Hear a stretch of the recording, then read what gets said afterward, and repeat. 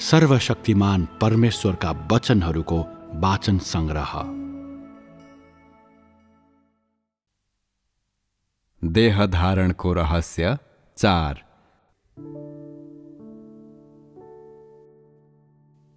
तिमीहरूलाई बाइबलको पृष्ठभूमिको कथा र यसको निर्माणको बारेमा थाहा हुनुपर्दछ।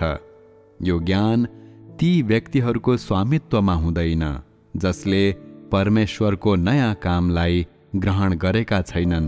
तिनीहरूलाई थाहा छैन। यदि त तिनीहरूसँग सारका यी विषयहरूमा स्पष्टसँग कुरा गर्छस् भने तिनीहरूले उपरान्त तँसँग बाइबलको बारेमा त्यति कुरा गर्ने थिएनन्। तिनीहरू अगमवाणी गरिएको कुरालाई लगातार खोतलिरहन्छन्। के यो भनाइ पूरा भएको छ? के त्यो भनाइ पूरा भएको छ? तिनीहरूले सुसमाचारलाई बाइबल अनुसार ग्रहण गरेका हुन्छन् र तिनीहरूले बाइबल अनुसार नै सुसमाचार प्रचार गर्छन्। परमेश्वरमाथि तिनीहरूले गरेको विश्वास बाइबलका वचनहरूमा आधारित हुन्छ। बाइबल बिना तिनीहरूले परमेश्वरमा विश्वास गर्ने छैनन्। तिनीहरू यसरी बाइबलका ससाना कुराहरू जाँच्दै यस्तै प्रकारले जिउँछन्। जब तिनीहरू एकपल्ट फेरि बाइबल खोतल्छन् र तँलाई स्पष्टीकरणका लागि सोध्छन्, तँ भन्छस्, पहिले हामी प्रत्येक भनाइको सत्यता प्रमाणित नगरौँ। त्यसको साटो पवित्र आत्माले कसरी काम गर्नुहुन्छ सो हेरौँ। हामी हिँडेका मार्गलाई लियौँ र त्यसलाई सत्यतासँग तुलना गरौँ कि यो मार्ग साँच्चै पवित्र आत्माको काम हो कि होइन। हेरौँ र हामी पवित्र आत्माको काम प्रयोग गरी त्यो मार्ग सही छ कि छैन भनेर जाँचौँ।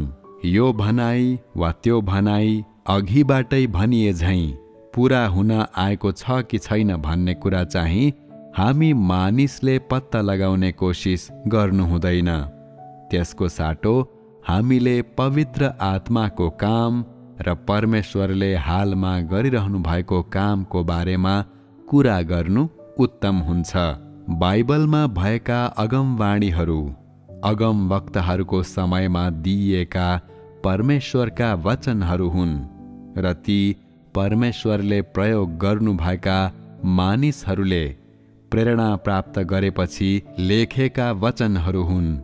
यी परमेश्वर स्वयंले मात्र यी वचनहरूलाई व्याख्या गर्न सक्नुहुन्छ र केवल पवित्र आत्माले ती वचनहरूको अर्थ प्रकट गर्न सक्नुहुन्छ र केवल परमेश्वर आफैले मात्र ती 7वटा मोहर तोड्न र चर्मपत्रको मुठ्ठो खोल्न सक्नुहुन्छ। तँ भन्छस्, तपाईँ परमेश्वर हुनुहुन्न, न त म नै हुँ। त्यसो भए कसले हल्का साथ परमेश्वरको वचनको व्याख्या गर्ने आँट गर्छ? के तँ अझै यी वचनहरूलाई व्याख्या गर्ने हिम्मत गर्छस्? यर्मिया, यूहन्ना र एलिया अगमवक्ताहरू आए भने पनि उनीहरूले समेत ती वचनहरू बोल्ने र तिनको व्याख्या गर्ने आँट गर्ने थिएनन्, किनकि तिनीहरू थुमा होइनन्। केवल थुमाले मात्र 7 मोहर तोड्न र चर्मपत्रको मुठ्ठो खोल्न सक्नुहुन्छ र अरू कसैले पनि उहाँको वचनको व्याख्या गर्न सक्दैन। म परमेश्वरको नाउँ खोज्ने हिम्मत गर्दिन। उहाँका वचनहरूको व्याख्या गर्ने कोसिस गर्ने त कुरै नगरौँ। म त्यो व्यक्ति मात्र हुन सक्छु जसले परमेश्वरको आज्ञा पालन गर्दछ। के तपाईँ परमेश्वर हुनुहुन्छ? परमेश्वरका कुनै पनि प्राणीहरूले त्यो चर्मपत्रको मुठ्ठो खोल्ने वा ती वचनहरूको व्याख्या गर्ने हिम्मत गर्दैनन् र म पनि तिनको व्याख्या गर्ने आँट गर्दिन। तपाईले तिनको व्याख्या गर्ने कोसिस नगर्नु नै राम्रो हुन्छ। कसैले पनि तिनको व्याख्या गर्ने कोसिस गर्नु हुँदैन। हामी पवित्र आत्माको कामको बारेमा कुरा गरौँ। मानिसले यति मात्र गर्न सक्छ, मलाई यहोवा र येशूको कामको बारेमा थोरै मात्र थाहा छ, तर मलाई यस्तो कामको कुनै व्यक्तिगत अनुभव नभएको कारण म यसको बारेमा केही हदसम्म मात्र कुरा गर्न सक्छु। यशाया वा येशूले उहाँहरूको समयमा बोल्नुभएका वचनहरूको अर्थको बारेमा म कुनै स्पष्टीकरण दिने छैन। म बाइबलको अध्ययन गर्दिन, बरु म त परमेश्वरको वर्तमान कामको अनुसरण गर्दछु। तपाईले वास्तवमा बाइबललाई सानो चर्मपत्रको मुठ्ठोको रूपमा हेर्नुहुन्छ, तर के यो केवल थुमाले मात्र खोल्न सक्ने वस्तु होइन र?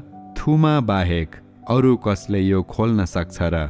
तपाईँ थुमा हुनुहुन्न। मैले म आफै परमेश्वर हुँ भनेर दाबी गर्ने आँट गर्ने कुरा त परै जाओस्। त्यसैले हामी बाइबलको विश्लेषण नगरौँ वा यसका ससाना कुराहरूको जाँच नगरौँ।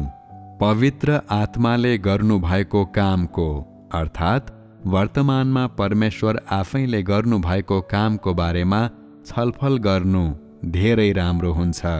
परमेश्वरले कुन कुन सिद्धान्तहरूद्वारा काम गर्नुहुन्छ र उहाँको कामको सार के हो सो हेरौँ, अनि यसलाई प्रयोग गर्दै के आज हामी हिँडेका मार्ग सही छ कि छैन सो जाँचौँ र त्यसरी यसलाई निश्चित गरौँ। यदि तिमीहरू सुसमाचार प्रचार गर्न चाहन्छौ भने, विशेष गरी धार्मिक संसारमा हुनेहरूलाई प्रचार गर्न चाहन्छौ भने, तिमीहरूले बाइबललाई बुझ्नुपर्छ र त्यसको भित्री कथालाई राम्ररी जान्नुपर्छ। अन्यथा तेरो निम्ति सुसमाचार प्रचार गर्ने कुनै उपाय छैन। तैँले समग्र चित्रलाई राम्ररी बुझेर बाइबलका मृत शब्दहरूलाई एक एक गरी जाँच्न बन्द गरिस् अनि परमेश्वरको काम र जीवन सत्यताको बारेमा मात्र कुरा गरिस् भने तैँले साँचो हृदयले खोजी गर्नेहरूलाई प्राप्त गर्न सक्नेछस्। यहोवाको काम उहाँले राख्नुभएका व्यवस्थाहरू र उहाँले मानिसहरूलाई जीवन जिउन डोर्याउनको लागि प्रयोग गर्नुभएका सिद्धान्तहरू, व्यवस्थाको युगमा उहाँले गर्नुभएको कामको विषयवस्तु, उहाँले आफ्नो व्यवस्थालाई स्थापित गर्नुको महत्त्व, अनुग्रहको युगका निम्ति उहाँले गर्नुभएको काम र परमेश्वरले यस अन्तिम चरणमा गर्नुहुने कामको महत्त्व, तिमीहरूले बुझ्नै पर्ने कुराहरू यिनै हुन्। पहिलो चरण व्यवस्थाको युगको काम हो, दोस्रो अनुग्रहको युगको काम र तेस्रो आखिरी दिनहरूको काम हो। तिमीहरू परमेश्वरको कामका यी चरणहरूको बारेमा स्पष्ट हुनुपर्दछ। सुरुदेखि अन्त्यसम्म जम्मा 3 चरणहरू छन्।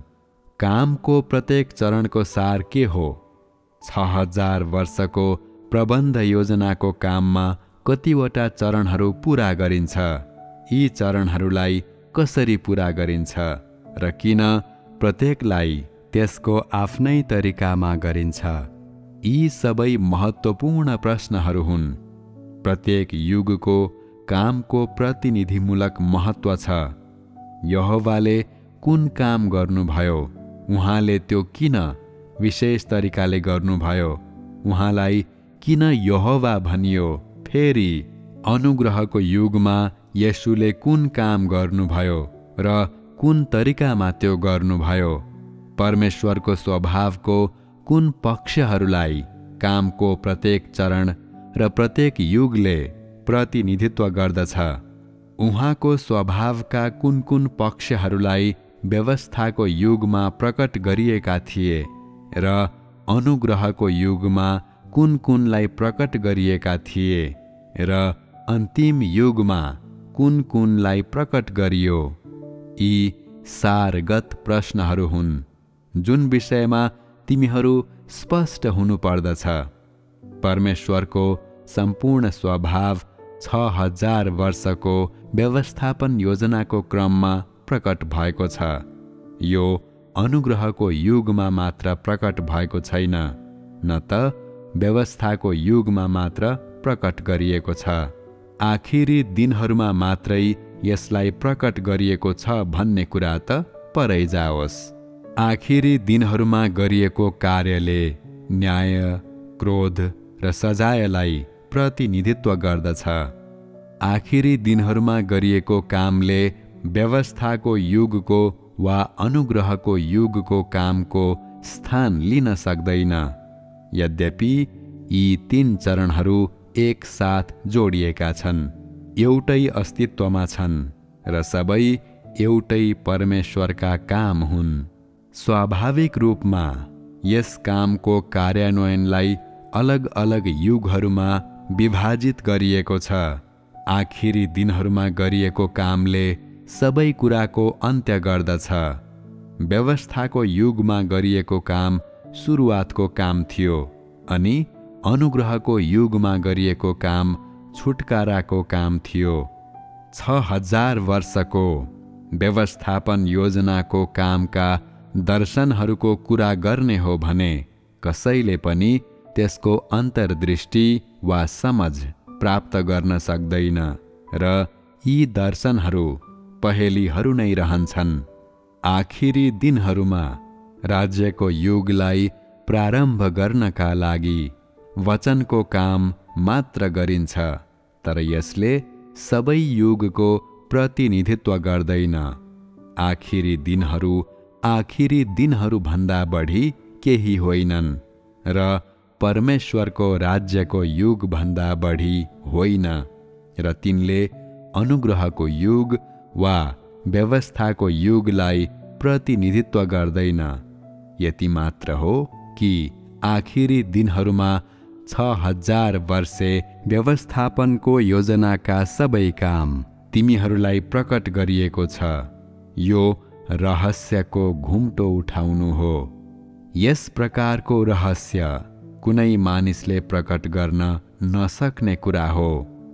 मानिससँग बाइबल सम्बन्धी ज्ञान जति नै धेरै भए पनि त्यो वचनहरू भन्दा बढी केही हुँदैन, किनकि मानिसले बाइबलको सारलाई बुझ्दैन। बाइबल पढ्दा मानिसले केही सत्यता बुझ्न सक्छ, केही वचनको व्याख्या गर्न सक्छ, वा केही प्रसिद्ध खण्डहरू र अध्यायहरूमाथि सूक्ष्म जाँच गरेको हुन सक्छ, तर उसले ती वचनहरूभित्र रहेको अर्थ कहिल्यै पनि बुझ्न सक्दैन, किनकि मानिसले देख्ने भनेका मृत शब्दहरू मात्र हुन्। यहोवा र येशूको कामको दृश्य देख्दैनन् र मानिससँग यस कामको रहस्य पत्ता लगाउने कुनै तरिका हुँदैन। त्यसकारण 6000 वर्षे व्यवस्थापन योजनाको रहस्य सबैभन्दा ठूलो रहस्य हो। यसलाई सबैभन्दा गहिराईमा लुकाइएको छ र यो मानिसका निम्ति पूर्ण रूपमा बुझ्न नसकिनेछ।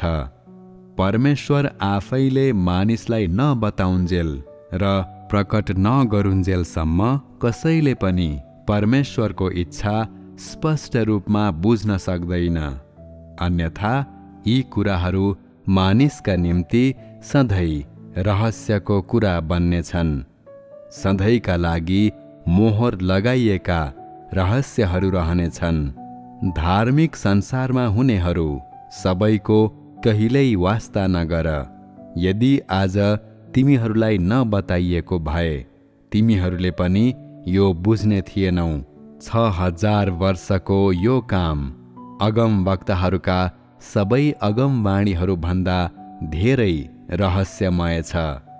सृष्टिदेखि अहिलेसम्मको सबैभन्दा ठूलो रहस्य यही हो र युगौं युगका अगमवक्ताहरूमध्ये कसैले पनि यसलाई बुझ्न सकेको छैन, किनकि यो रहस्यलाई अन्तिम युगमा मात्र प्रकट गरिन्छ र यसभन्दा अघि यसलाई कहिल्यै प्रकट गरिएको छैन।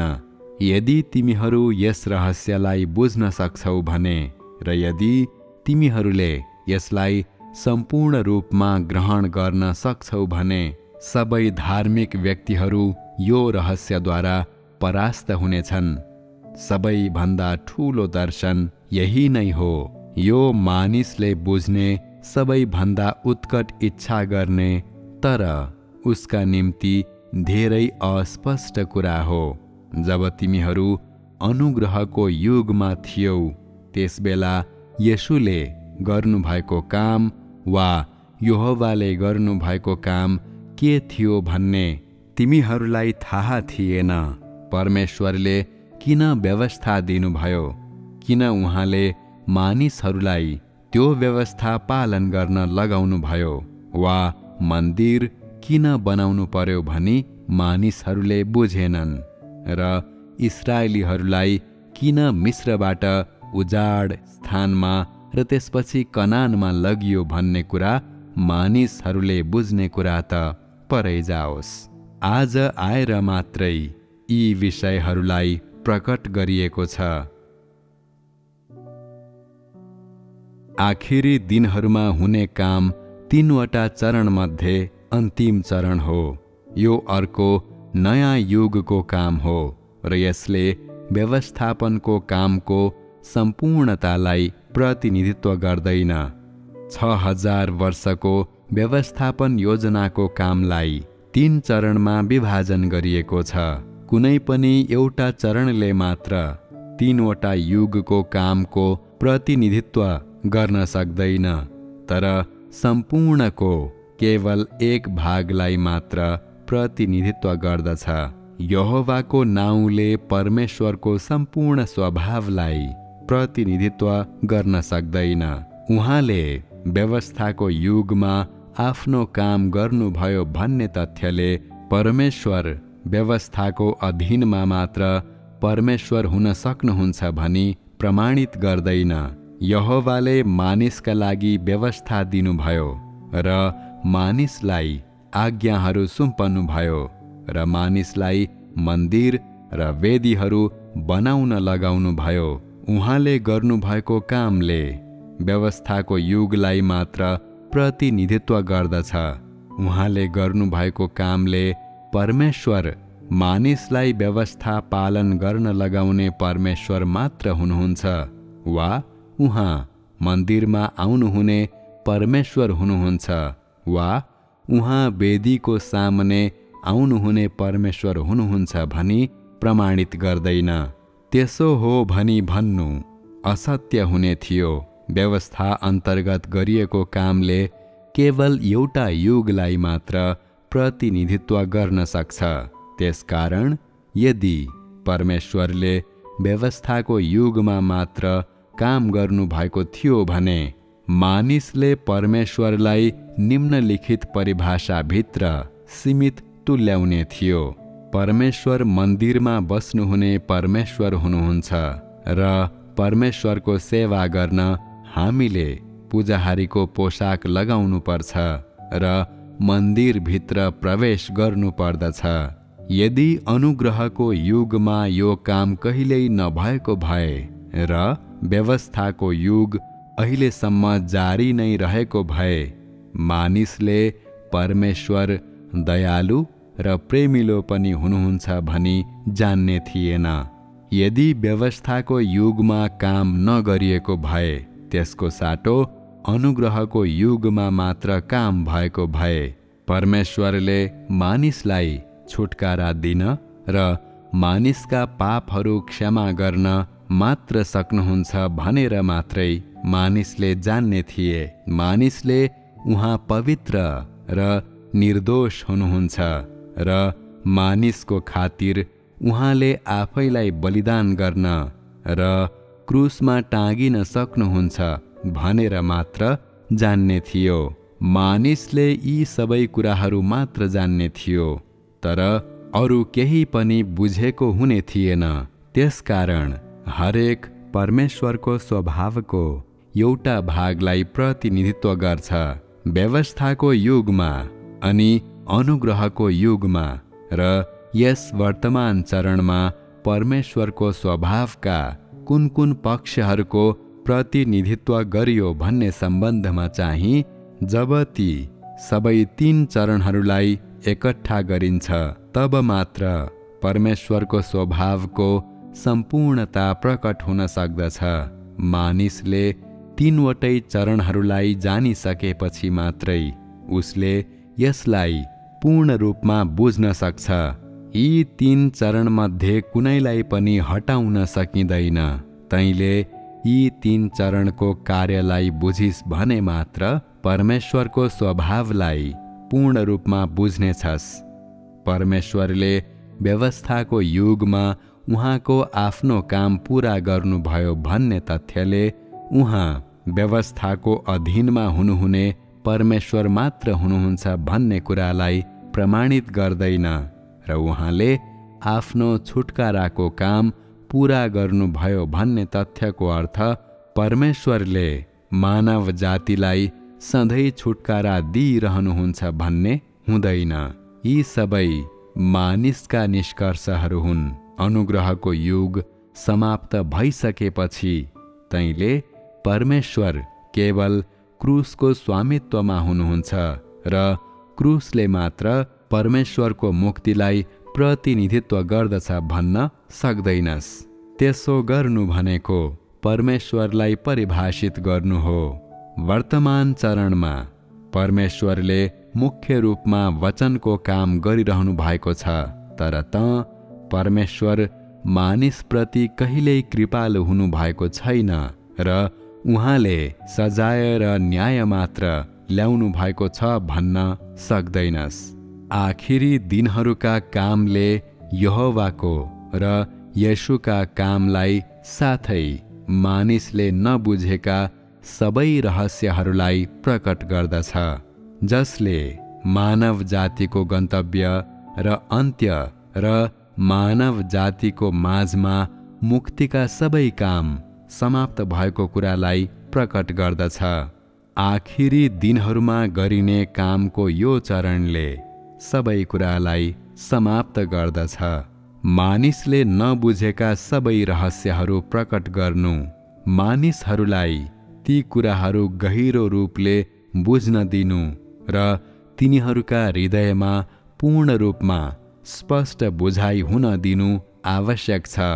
त्यसपछि मात्र मानव जातिलाई तिनीहरूका प्रकार अनुसार वर्गमा छुट्याउन सकिन्छ। 6000 वर्षको व्यवस्थापन योजना पूरा भएपछि मात्र मानिसले पूर्ण रूपमा परमेश्वरको स्वभावलाई बुझ्न सक्नेछ, किनकि त्यस बेला उहाँको व्यवस्थापन योजना अन्त्य भएको हुनेछ। अब तिमीहरूले अन्तिम युगमा परमेश्वरको कामलाई अनुभव गरेका छौ। त्यसकारण परमेश्वरको स्वभाव कस्तो छ?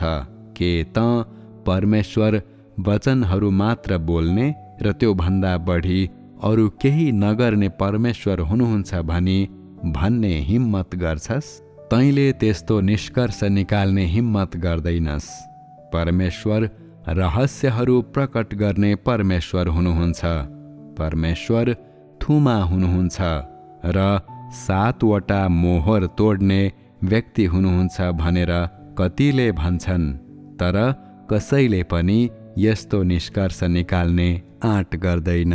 सायद अरूले भन्छन् कि परमेश्वर देहधारी मानिस हुनुहुन्छ, तर पनि यो अझै सही हुँदैन। अझ अरूले भन्छन् होला कि देहधारी परमेश्वरले केवल वचनहरू बोल्नुहुन्छ र चिन्ह र चमत्कारका कामहरू गर्नुहुन्न, तर यस प्रकारले बोल्ने आँट कमै गर्छस्, किनकि येशू देहधारी बन्नुभयो र उहाँले चिन्ह र चमत्कारका कामहरू गर्नुभयो, ताकि तैँले परमेश्वरलाई यति हलुका रूपमा परिभाषित गर्ने हिम्मत नगर। 6000 वर्षे व्यवस्थापन योजना भरि गरिएका सबै काम अब मात्रै समाप्त हुन्छ। यी सबै कामहरू मानिसलाई प्रकट गरेपछि र मानव जातिको बीचमा गरिएपछि मात्र मानव जातिले परमेश्वरका सबै स्वभाव साथै उहाँसँग के छ र उहाँ के हुनुहुन्छ भनी जान्नेछ। जब यस चरणको काम पूर्ण रूपमा समाप्त हुन्छ, मानिसले नबुझेका सबै रहस्यहरू प्रकट भएका हुन्छन्। पहिले नबुझेका सबै सत्यताहरू स्पष्ट पारिनेछन् र मानव जातिलाई उनीहरूको भावी मार्ग र गन्तव्यको बारेमा बताइनेछ। वर्तमान चरणमा गरिनुपर्ने सम्पूर्ण काम यही हो। मानिसले आज हिँडेको बाटो क्रुसको र दुःखको बाटो भए पनि मानिसले जुन अभ्यासहरू गर्छ र उसले आज जे खान्छ, पिउँछ र उपभोग गर्छ, त्यो व्यवस्थाको अधीनमा हुँदा र अनुग्रहको युगमा मानिसले पाएको कुरा भन्दा धेरै फरक छ।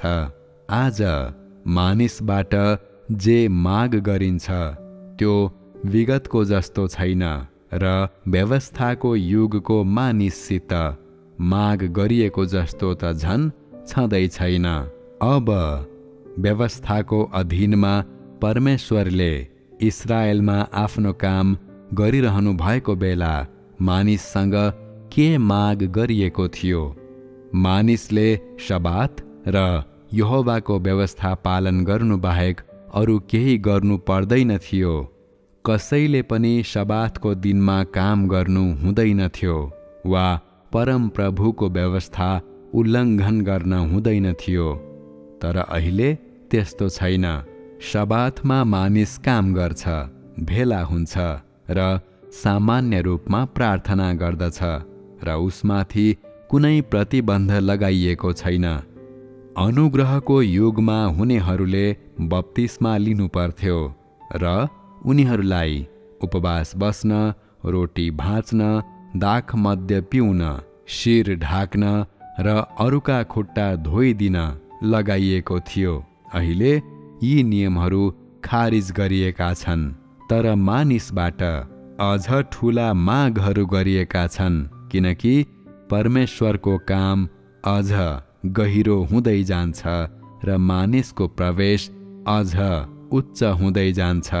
विगतमा येशूले आफ्नो हात मानिसमाथि राख्नुहुन्थ्यो र प्रार्थना गर्नुहुन्थ्यो, तर अब सबै कुरा भनिएको छ। यसैले हात राखेर के हुन्छ? वचनहरूले मात्र परिणाम प्राप्त गर्न सक्छ। विगतमा जब उहाँले मानिसमाथि आफ्नो हात राख्नुहुन्थ्यो, त्यो मानिसलाई आशिष दिन र उसका रोगहरू निको पार्नका निम्ति हुन्थ्यो। त्यसबेला पवित्र आत्माले त्यसरी नै काम गर्नुभयो, तर अहिले त्यस्तो छैन। अहिले पवित्र आत्माले काम गर्न र परिणामहरू प्राप्त गर्न वचनहरूको प्रयोग गर्नुहुन्छ। उहाँका वचनहरू तिमीहरूलाई स्पष्ट पारिएको छ र भनिए जस्तै गरी तिमीहरूले तिनलाई आफ्नो व्यवहारमा उतार्नुपर्छ। उहाँका वचनहरू उहाँका इच्छा हुन्, ती उहाँले गर्न चाहनुभएका काम हुन्। उहाँका वचनहरूद्वारा तैँले उहाँको इच्छालाई र तैँले के प्राप्त गरेको उहाँ चाहनुहुन्छ त्यो बुझ्नेछस् र हातहरू राख्नुपर्ने कुनै आवश्यकता बिना नै तैँले सिधै उहाँका वचनहरूलाई व्यवहारमा उतार्न सक्छस्। कसै कसैले यसो भन्लान्, तपाईको हात म माथि राख्नुहोस्, तपाईका हातहरू म माथि राख्नुहोस् र मैले तपाईको आशीर्वाद पाउन सकूँ र म तपाईमा सहभागी हुन सकूँ। यी सबै अतीतका पुराना अभ्यासहरू हुन् जुन अब अप्रचलित भएका छन्, किनकि युग परिवर्तन भएको छ, न त उद्देश्यविहीन रूपले न त नियमहरू अनुसार, तर पवित्र आत्माले युग अनुसार काम गर्नुहुन्छ। युग परिवर्तन भएको छ र नयाँ युगले अनिवार्य रूपमा नै आफ्नो साथमा नयाँ काम ल्याउँदछ। कामको हरेक चरणमा यही कुरा लागू हुन्छ। त्यसैले उहाँको काम कहिल्यै दोहोरिँदैन। अनुग्रहको युगमा येशूले त्यस प्रकारको काम प्रशस्तै गर्नुभयो, जस्तै बिरामीलाई निको पार्ने, भूतहरू निकाल्ने, मानिसको निम्ति प्रार्थना गर्न ऊमाथि आफ्नो हात राख्ने र मानिसलाई आशिष दिने। तापनि वर्तमान समयमा त्यसो गर्नु अर्थहीन हुनेछ। पवित्र आत्माले त्यस समयमा त्यसरी नै काम गर्नुभयो, किनकि त्यो अनुग्रहको युग थियो र मानिसले उपभोग गर्न सक्ने पर्याप्त अनुग्रह थियो। ऊबाट कुनै प्रकारको मूल्य माग गरिएको थिएन र जबसम्म उसँग विश्वास हुन्थ्यो तबसम्म उसले अनुग्रह प्राप्त गर्थ्यो। सबैसँग अनुग्रहको साथ व्यवहार गरिन्थ्यो। अब युग परिवर्तन भएको छ र परमेश्वरको काम अझ अगाडि बढेको छ। सजाय र न्यायको माध्यमबाट मानिसको विद्रोहीपन र मानिसभित्रको अशुद्ध थोकहरूलाई हटाइन्छ। त्यो चरण मुक्तिको चरण भएकोले मानिसले उपभोग गर्न सक्ने प्रशस्त अनुग्रह प्रकट गर्दै अनुग्रहको माध्यमद्वारा तिनीहरूका पाप क्षमा गर्न परमेश्वरले त्यस प्रकारले काम गर्न आवश्यक भयो। यस वर्तमान चरण चाहिँ दण्ड, न्याय, वचनहरूको प्रहार साथै अनुशासन र वचनहरूको प्रकाशद्वारा मानिसभित्रको अधर्मलाई प्रकट गर्नु हो। यसैले कि त्यसपछि मानव जातिले मुक्ति पाउन सकोस्। यो काम छुटकारा भन्दा अझ गहिरो हुन्छ। अनुग्रहको युगमा भएको अनुग्रह मानिसको उपभोगका लागि पर्याप्त थियो। अब मानिसले यो अनुग्रहको अनुभव गरिसकेको छ। अब उसले यो उपभोग गर्नु पर्दैन। यो कामको समय अब बितिसकेको छ र अब यो गर्नु पर्दैन। अब मानिस वचनको न्यायद्वारा बच्नुपर्छ। मानिसको न्याय भएपछि, उसले सजाय पाएपछि र शोधन गरिएपछि त्यसैद्वारा उसको स्वभाव परिवर्तन हुन्छ। के यो सबै मैले बोलेका वचनहरूको कारणले गर्दा होइन र? कामको प्रत्येक चरणलाई सम्पूर्ण मानव जातिको प्रगति र युग अनुरूप नै गरिन्छ। काम सबै महत्त्वपूर्ण छ र यो सबै अन्तिम मुक्तिका लागि गरिन्छ। यसैले कि मानव जातिले भविष्यमा एक राम्रो गन्तव्य पाउन सकोस् र अन्त्यमा मानव जाति प्रकार अनुसार वर्गीकरण हुन सकोस्। आखिरी दिनहरूको काम भनेको वचनहरू बोल्नु हो। वचनहरूको माध्यमद्वारा मानिसमा ठूला परिवर्तनहरू आउन सक्छन्। यी वचनहरू स्वीकार गर्दा ती मानिसहरूमा आउने परिवर्तनहरू अनुग्रहको युगका चिन्ह र चमत्कारका कामहरूलाई स्वीकार गर्दा मानिसहरूमा परेको प्रभावभन्दा बढी हुन्छ। किनकि अनुग्रहको युगमा मानिसमाथि हात राखेर प्रार्थना गरेर ऊबाट भूतहरू निकालिन्थ्यो, तर मानिसभित्रको भ्रष्ट स्वभाव अझै रहिरहन्थ्यो। मानिसलाई उसको बिमारीबाट निको पारिन्थ्यो र उसका पापहरू क्षमा गरिन्थ्यो, तर मानिसलाई ऊ भित्रको भ्रष्ट शैतानिक स्वभावबाट शुद्ध पार्नुपर्ने काम गर्न अझै बाँकी नै थियो। मानिसलाई उसको विश्वासको लागि मात्र मुक्ति दिइन्थ्यो र उसका पापहरू क्षमा गरिन्थ्यो, तर मानिसको पापी स्वभाव नाश पारिएको थिएन र त्यो अझै पनि ऊ भित्र नै रहन्थ्यो। मानिसका पापहरू देहधारी परमेश्वरको माध्यमबाट क्षमा गरिएको थियो, तर यसको अर्थ मानिसभित्र उपरान्त कुनै पाप थिएन भन्ने होइन। मानिसका पापहरू पाप बलिद्वारा क्षमा गर्न सकिन्थ्यो, तर मानिसलाई कसरी फेरि पाप नगर्ने बनाउन सकिन्छ र उसको पापमय प्रकृति कसरी पूर्ण रूपले हटाउन र रूपान्तरित गर्न सकिन्छ, यो समस्या समाधान गर्ने उसँग कुनै उपाय हुँदैन। मानिसका पापहरू क्षमा गरिए र यो परमेश्वरको क्रुसीकरणको कामको कारणले गर्दा हो, तर मानिस निरन्तर आफ्नो पुरानो भ्रष्ट शैतानिक स्वभावमा जिइरह्यो। यस्तो भएकोले मानिस उसको भ्रष्ट शैतानिक स्वभावबाट पूर्ण रूपमा जोगिनुपर्छ, ताकि उसको पापमय प्रकृति पूर्ण रूपले नाश हुन सकोस् र फेरि कहिल्यै विकास नहोस् र यसरी मानिसको स्वभाव रूपान्तरण हुन सकोस्। यसको निम्ति मानिसले जीवनको वृद्धिको मार्गलाई, जीवनको मार्गलाई र आफ्नो स्वभाव बदल्ने तरिकालाई बुझ्नु आवश्यक हुन्छ।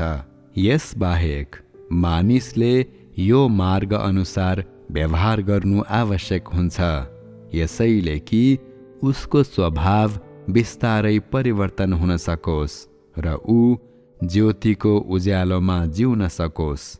यसैले कि उसले जे गर्छ सबै परमेश्वरको इच्छा बमोजिम होस्।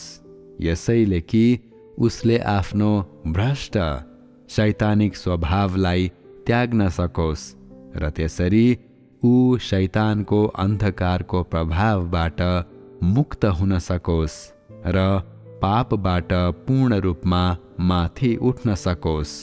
तब मात्र मानिसले पूर्ण मुक्ति पाउनेछ। जुन बेला येशूले आफ्नो काम गर्दै हुनुहुन्थ्यो, उहाँ सम्बन्धी मानिसको ज्ञान अझै अनिश्चित र अस्पष्ट नै थियो।